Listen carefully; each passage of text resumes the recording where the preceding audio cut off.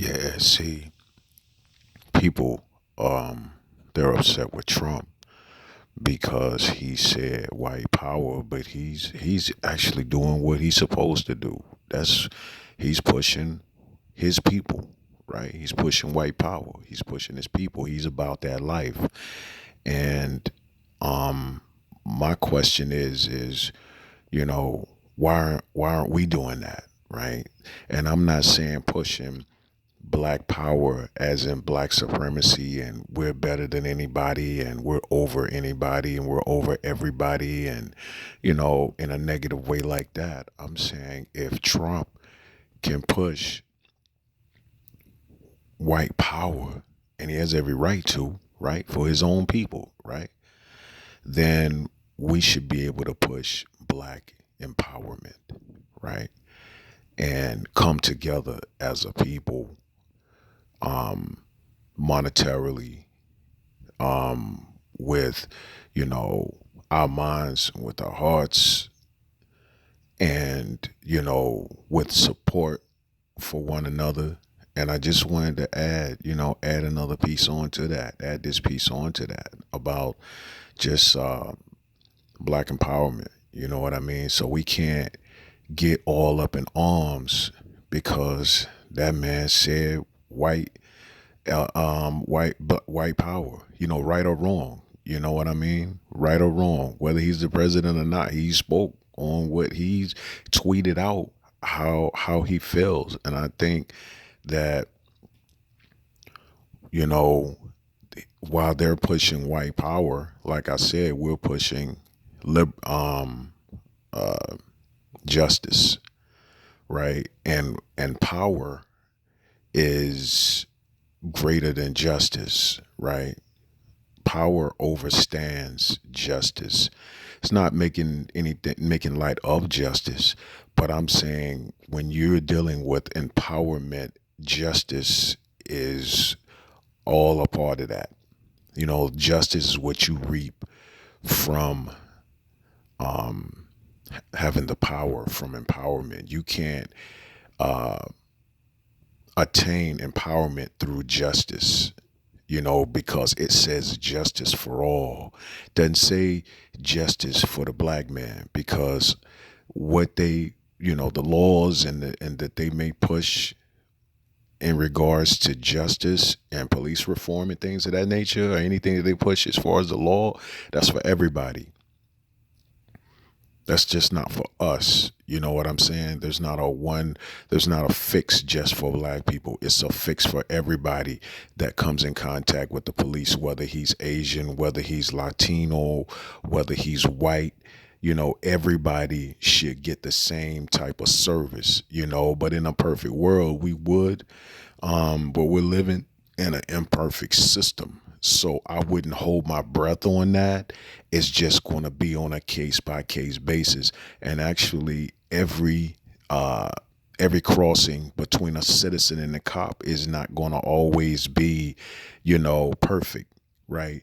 And sometimes the person that's pulled over is maybe a little bit more belligerent to the officer, right? Might be, you know, disrespectful to the officer. It's just on a case by case basis. No man should lose his life, regardless. You definitely can't shoot a man in the back. If you shoot a man in the back, that's that's a coward.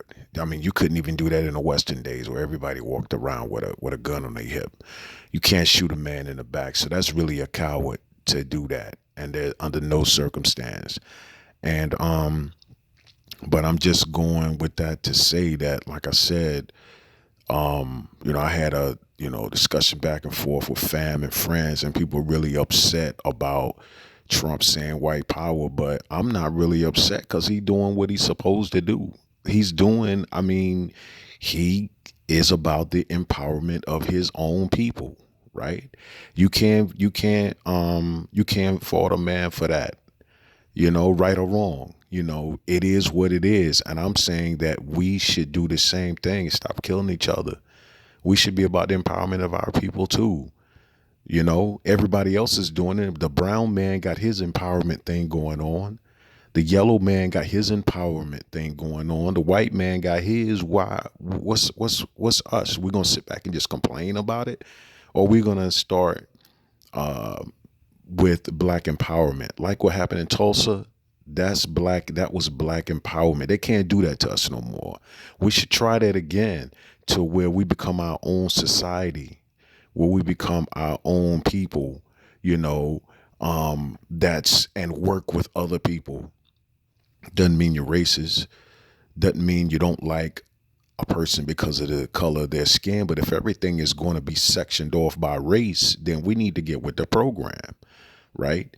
And we need to support. And this is people from the outside, from other races, may not understand what I'm saying, but we have some serious issues within our culture, about how we treat each other and how we think about each other, and how we even are sort of like internal racists ourselves, because of the color. He's light skinned, she's dark skinned. Light skin is beautiful, dark skin is ugly. She got kinky hair, that's not good. She got good hair, that's good. I want to have a baby with him because my baby's going to have good hair. That's racism, right? Ain't that racism?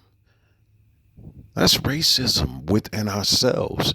So you can't expect the Caucasian to respect you, and you don't even respect yourself. You can't, it don't, that's not how it works. Because they're looking at us as a group of people. They're looking at our ways and actions, and they're judging us on that. You know what I mean? But if we became an empowered people, and I'll use the Jews as an example. We became empowered people, and we were inward with ourselves, and we kept everything in house. We don't go on TV and air our dirty laundry out to the world. Nobody does that. Only black people do that. You do that. Go on TV and air, whether it's television programming, whether it's movies. All the movies is airing our dirty laundry. Nobody does that but us. And you're doing it for a check. You're doing it for a step up, for a few shackles of silver. We shouldn't accept those roles anymore. We shouldn't allow anybody to change, to decide what gender we want to be as a people, right? We shouldn't allow anyone to tell us how to think, right? And we used to didn't be that way. We used to didn't be that way.